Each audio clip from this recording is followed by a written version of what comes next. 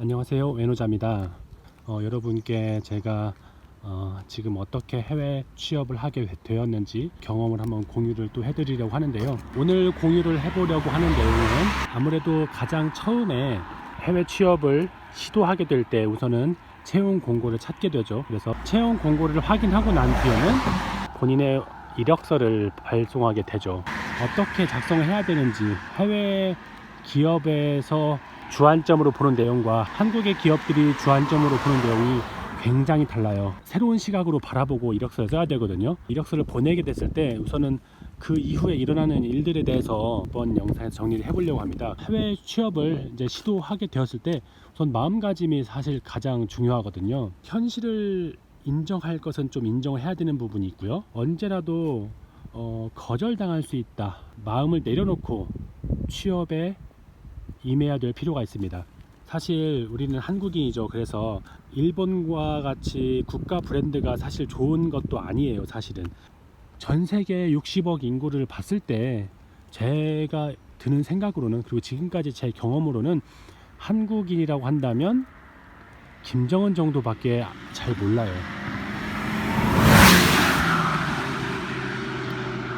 지금 여기가 60마일 도로인데 정신이 나간 것 같습니다.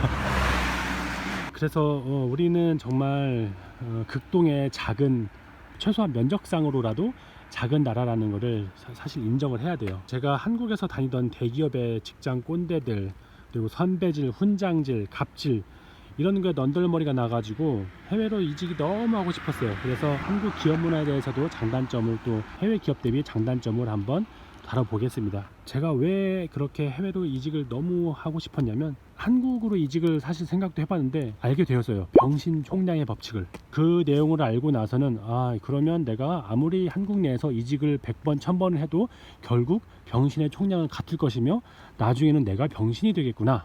그래서 그러면은 아예 판도를 바꾸는 수밖에 없겠다라고 판단을 했어요. 그래서 해외로 이직을 하기로 결심을 했죠.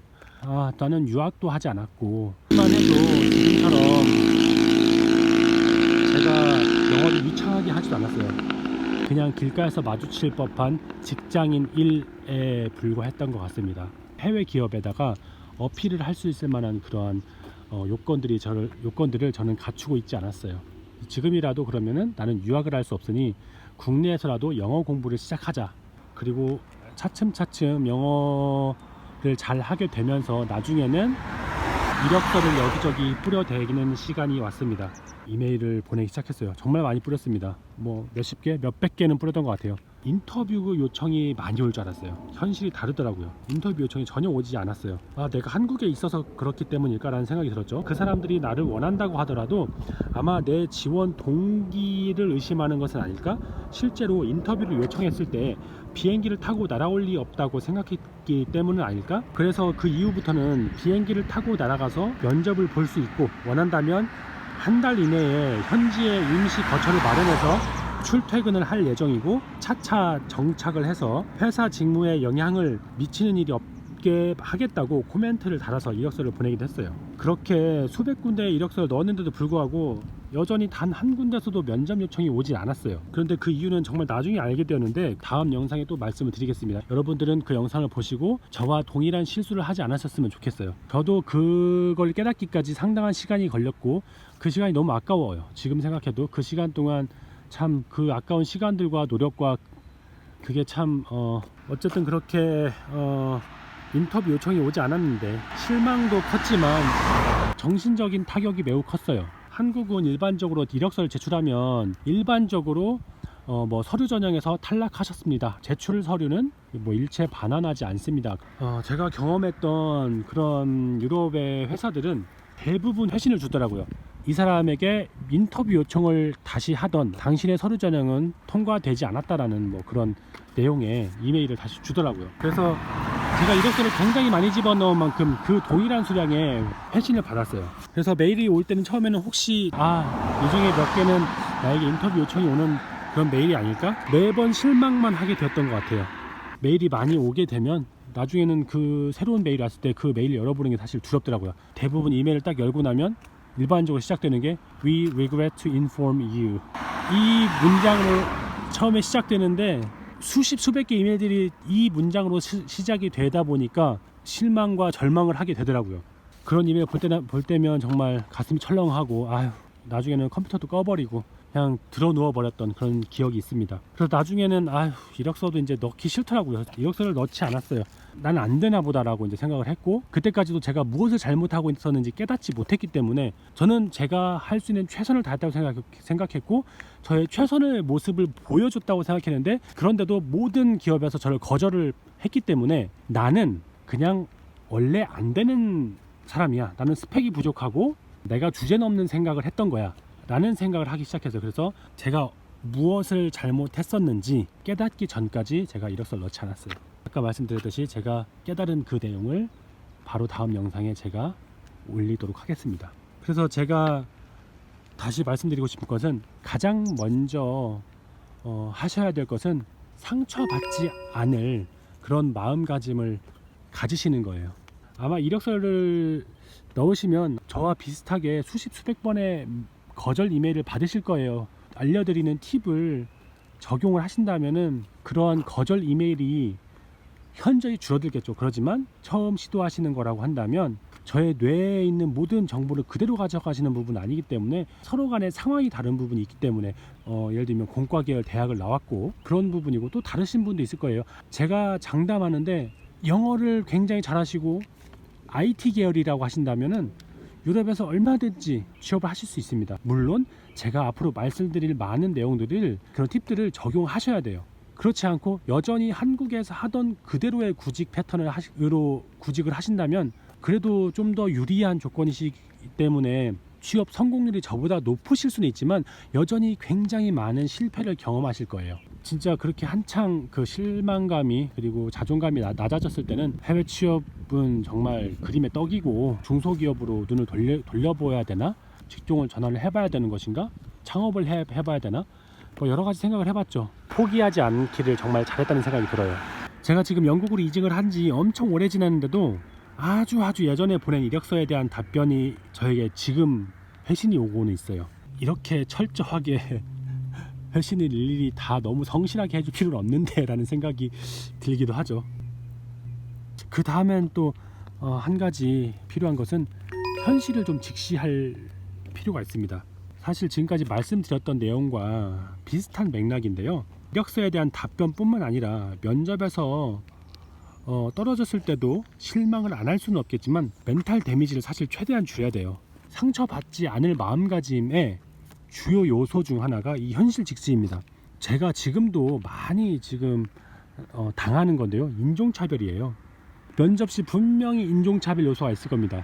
본인이 느낀다면 그걸 상처를 받겠고, 그리고 느끼지 못할 수도 있어요. 앞에 있는 면접관이 인사 담당자도 있겠지만 분명히 팀장이 분명히 있을 거예요. 그 사람들이 어느 정도 다 교육을 받은 사람이기 때문에 독일이나 특히 영국 이런 데서도 대놓고 인종차별을 웬만해서는 하진 않아요. 특히 자기의 회사로 입사하게 될지도 모르는 그 사람에게 인종차별하는 모습을 절대로 보여주지 않습니다. 특정 확률로, 제가 정확하게 몇 퍼센트가 그런지는 알 수는 없어요. 그렇지만 분명한 건 인종차별을 할 거라는 거예요. 정말 너무나 뛰어나고 이 회사가 필요한 인재라고 하더라도 바라보는 시선에 인종차별이라는 필름이 끼워져 있을 수가 있어요. 이 인종차별은 어쩔 수가 없습니다. 너무 억울하고 분해요. 저는 제가 지금까지 해외에 이렇게 오래 살면서도 인종차별 수없이 당했습니다. 처음엔 저도 대항도 해보고 같이 욕도 해보고 많이 해봤어요. 지하철에서 마주치는 사람이라든지, 운전하는데 같이 빨간불에 걸려있는데 옆에서 저보고 창문을 내리더니 눈을 이렇게 찢으면서 혓바닥을 내민다든지, 그런 경우를 많이 당했어요. 결론은 인정해야 되는 거예요. 그거를 존중하자는 얘기가 아니라 어쩔 수 없이 감내해야만 한다는 그 현실을 인정해야 된다는 거예요. 이력서상에는 본인의 인종이나 이런 게 들어가 있지 않고, 나이도 들어가 있지 않고, 성별도 들어가 있지 않기 때문에, 예를 들면 한국 이름을 그대로 쓴다고 했을 때 이 사람들은 지원자가 남성인지 여성인지도 사실은 잘 판단할 수가 없어요. 영숙이라고 했을 때 여자인가 보다라고 알지만 외국인들 알지 못해요. 아예 그 색안경을 뛰어넘는 그러한 너무나 뛰어난 자질을 가지고 있고 그거를 이겨내든지, 그렇지 않으면 인정하는 수밖에 없습니다. 그걸 인정할 때 사실 상처도 덜 받을 수 있어요. 아마 남자분이시라고 한다면 여자들보다는 더욱 많이 받게 돼요. 제가 언젠가 비자 받으러 갔을 때 서류 접수를 하러 갔더니 마늘 냄새 난다고 오지 말라고 하더라고요. 또 언젠가 한번은 독일어를 제가 잘 하지 못하는데 영어로 자꾸 대답을 하고 그러다 보니까 너는 독일어도 할 줄 모르는데 왜 우리나라 와서 자꾸 이렇게 일을 하려고 하니? 너희 나라로 돌아가. 외국인청에 한 40대 여성분도 있었어요. 제가 아무리 자기네 나라 말을 못 알아듣는다고 하지만 바로 앞에 있는 자기 동료랑 자기네 나라 말로 제육을 하더라고요.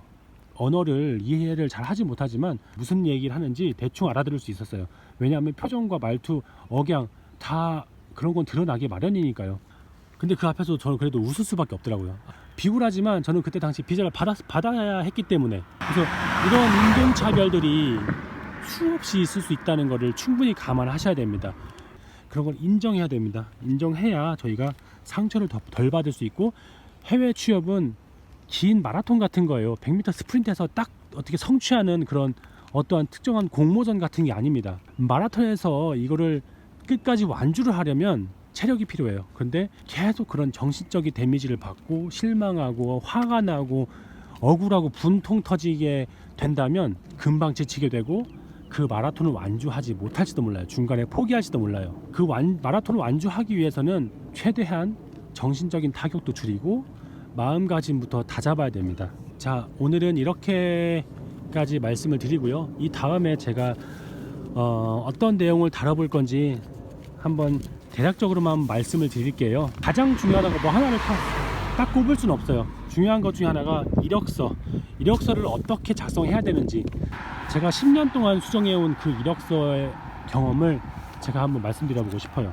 그리고 면접, 한국하고 사실 다릅니다. 한국은 면접 때 저 너무너무 성실하게 소처럼 일을 하겠습니다 라는 걸 강조하면 제일 좋죠. 유능한 노예라는 거를 어필해야 됩니다. 하지만 외국은 그렇지 않아요. 정말 능숙하고 경험 있고 팀에 잘 융화가 될 수 있는 그런 사람들을 원하거든요. 면접 시에 그런 걸 포인트로 본단 말이죠. 그러한 내용들을 하나하나 살펴볼 거예요. 저는 제가 여기 와서 한마디로 10년을 살면서 개고생을 많이 했어요. 저 혼자 비자 다 받고 외국인청 가서 그 모욕을 다 받아가면서 페이퍼워크까지 다 해가면서, 그리고 집도 다 알아보고 계약하고 그 모든 걸 하면서 그네들과 겪었던 많은 내용들, 이런 것들을 하나하나 또 말씀드려보고자 합니다. 앞에 보이는 저 집은 굉장히 비싸 보이네요. 저기 살고 있는 사람 누굴지 궁금하네요. 저 앞에 나와서 그릴 하면서 삼겹살 구워 먹으면 맛있겠네요. 아무튼 외노자였습니다. 감사합니다.